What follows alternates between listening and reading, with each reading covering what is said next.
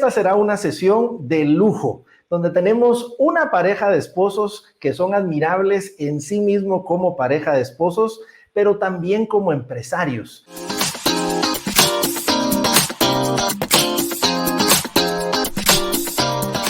Dicen que la familia y los negocios no deben mezclarse, pero nuestro impulso natural es iniciar negocios con las personas en quienes confiamos, nuestra familia.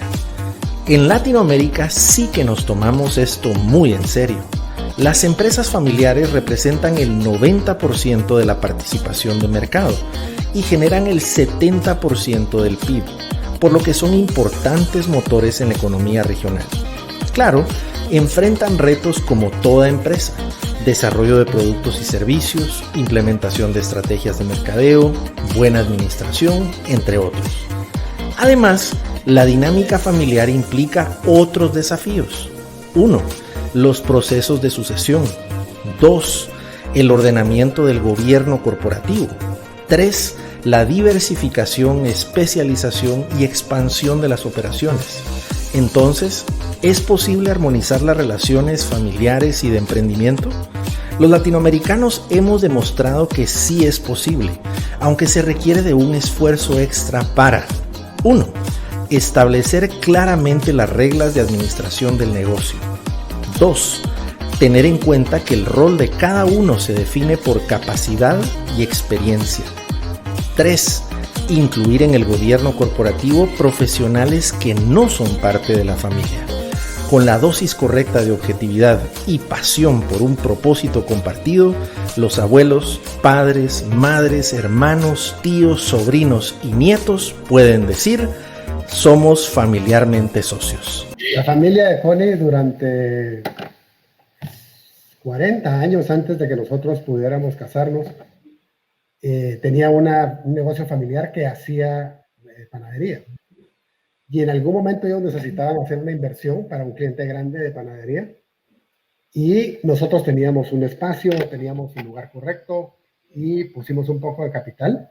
Y hicimos una sociedad entre la familia Benítez, que es la familia de Connie, y la familia Pais.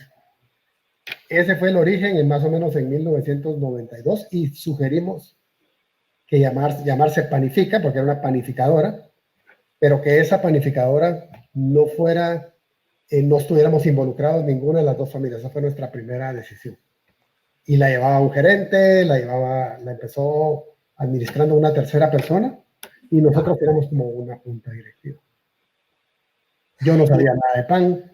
Connie era pura panadera, pero tenía el negocio de pan en otro lado con su familia. Y este emprendimiento empezó como Panifica, y tal vez a los 2 o 3 años nos empezamos a involucrar juntos en el negocio. Y ella dejó la parte de su familia, se vino con nosotros y ya empezamos a trabajar juntos.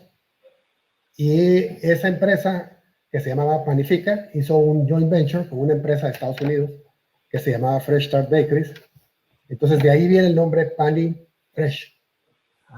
Y eso fue más o menos 3 o 4 años después. Y Panifica no ganó dinero los primeros 9 años. Fueron momentos bastante complicados. Y nosotros como pareja tampoco nos fue tan bien en un principio administrando la empresa juntos. ¿Y cuáles eran esos retos iniciales?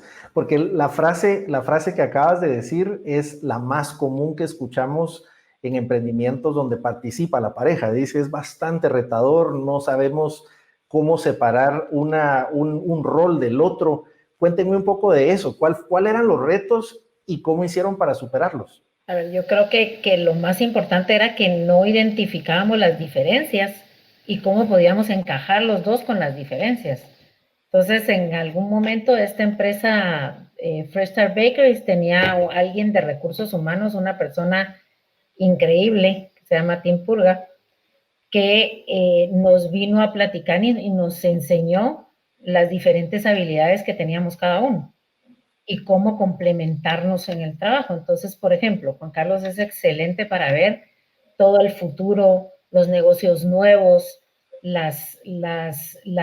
ve qué posibilidad hay de hacer las cosas cuando tenemos que abrir planta. Él es el que empieza y sueña planta en Costa Rica, y entonces empieza con su sueño, alguien hace los números y va y lo deja sobre la mesa. Y entonces ahí yo soy operaciones.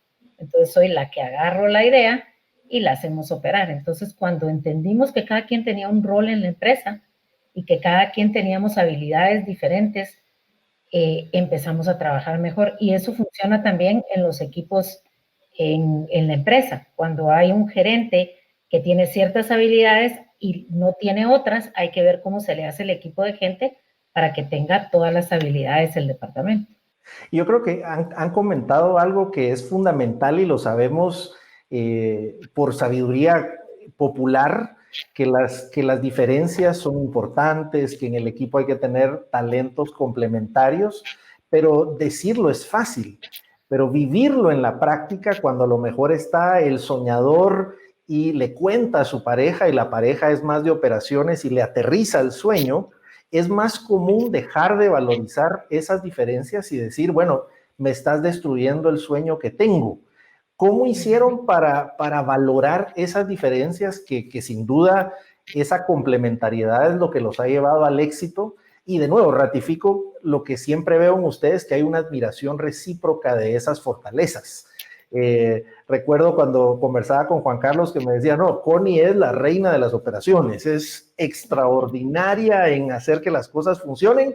Y yo que me encontraba siempre a Juan Carlos, a lo mejor en un aeropuerto, me decía, ando viendo qué nuevas cosas diseño. Entonces, ¿cómo hacemos para exitosamente pasar esa línea de nuestras diferencias, pero no sentir que estamos rompiéndole el globo del sueño al otro? ¿Cómo lo lograron hacer bien?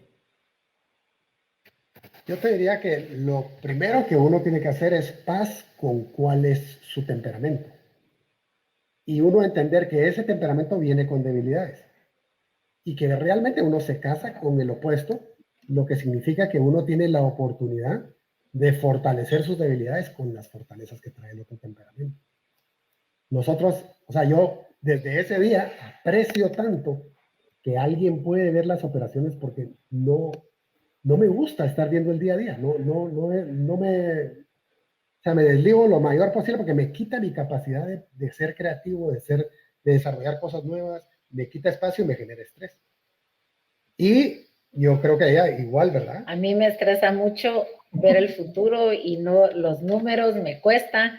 En cambio, la operación, yo puedo, el día a día la manejo muy bien. Entonces, a mí desde que Tim nos dijo en ese momento, eso me hizo mucho clic y empezó a hacer sentido. Y otra cosa importante también es en la empresa, cómo se trabaja con los gerentes, ¿verdad? Porque hay que, dos personas, dos cabezas, teníamos que aprender también a llevar y toda nuestra gente sabe que cuando es el día a día, habla conmigo. Que cuando son cosas de largo plazo, habla con Juan Carlos. Entonces, nos reportan cruzados. Cruzados.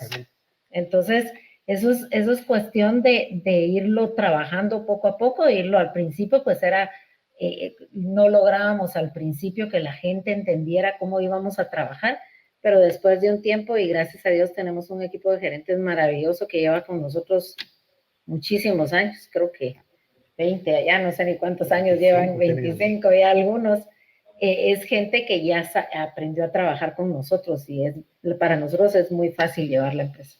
Entonces, cuando dimos ese salto, tomamos una decisión más o menos en el año 2000, y es que íbamos a poner al ser humano en el centro de la organización. Y nuestras decisiones alrededor de la organización siempre iban a impactar a ese ser humano. Y más o menos 15 o 16 años después, empezamos a pensar que lo que podíamos hacer por ese ser humano lo podíamos experimentar con la comunidad cercana a la panadería o con la comunidad lejana a la panadería. Pero usamos el sistema de temperamentos para escoger a las personas, y Connie se encargó de desarrollar la cultura de cómo esas personas iban a convivir alrededor de los valores que habíamos puesto sobre el tema. Y yo me dedicaba a la escogencia de las mejores personas, al fortalecimiento de los planes que tenían estas personas en el largo plazo y al contrato de largo plazo. Y eso durante estos 15 años hizo una cultura que consideramos que es uno de nuestros bastiones. Digamos, esta pandemia, la gente, o pasamos un incendio hace 10 años, la gente que tenemos es la mejor gente que puede tener cualquiera. Pues, o sea, Estamos orgullosos de toda la gente que nos rodea y son personas espectaculares. Entonces, déjenme hacerles algunas preguntas finales para ir redondeando esta entrevista. Imaginemos hipotéticamente que pudiéramos escribir una serie de tweets que esos tweets son como máximas que resumen algunos de sus mejores consejos. Les voy a hacer algunas preguntas y me encantaría escuchar esos tweets que resumen sus mejores consejos. Y el primero sería, ¿cómo tener un matrimonio tan exitoso como el de ustedes? Ustedes han sobrepasado las estadísticas en muchas variables. ¿Cuál sería un tweet que le recomendarían a diversas personas para trascender las estadísticas del lado del matrimonio? No, pienso yo por lo visto. Sí. El libro que usamos nosotros para poder aprender temperamento se llama Por favor, compréndeme. Entonces mi tweet sería, comprende a tu pareja, comprende a tu socio y podrás construir un futuro con él o ella. Tal vez yo sería, levántate todos los días con el trabajo de hacer sonreír a tu pareja. Excelente. Y si ahora habláramos de cómo tener una empresa familiar que trascienda, ¿cuáles serían sus tweets para tener una empresa que trascienda a otro nivel? A ver. Encontrar las habilidades de cada uno del grupo de los familiares para saber dónde pueden ser felices y dónde pueden trabajar mejor con pasión. Yo diría, cuando uno es empresario, si uno se llega a dar cuenta de que todo lo que sueña se vuelve realidad, entonces hay que tomar la responsabilidad de soñar más grande, más consciente del entorno, construir más capacidades para dejar un legado del tamaño del regalo que uno recibió. Excelente. Y ahora mi última pregunta sería a nivel del liderazgo. Ustedes trabajan mucho en ese liderazgo incluso de naciones, y ustedes ayudan a diversas, no solo organizaciones, sino en liderazgo de opinión a nivel de países. ¿Qué le dirían a esos líderes de naciones, de empresas, como sus mejores prácticas? Que la vida está llena de obstáculos, gente que te dice que tu sueño no es posible o que las cosas no se pueden hacer o mejorar. Recuerden que el no se puede no existe. Y si te equivocas, aprende de tus errores y sigue adelante. Excelente. Yo diría, todos los líderes que actualmente tenemos en las áreas políticas fueron puestos ahí para mejorar el sistema. No es posible tener un interés personal por encima del interés del sistema.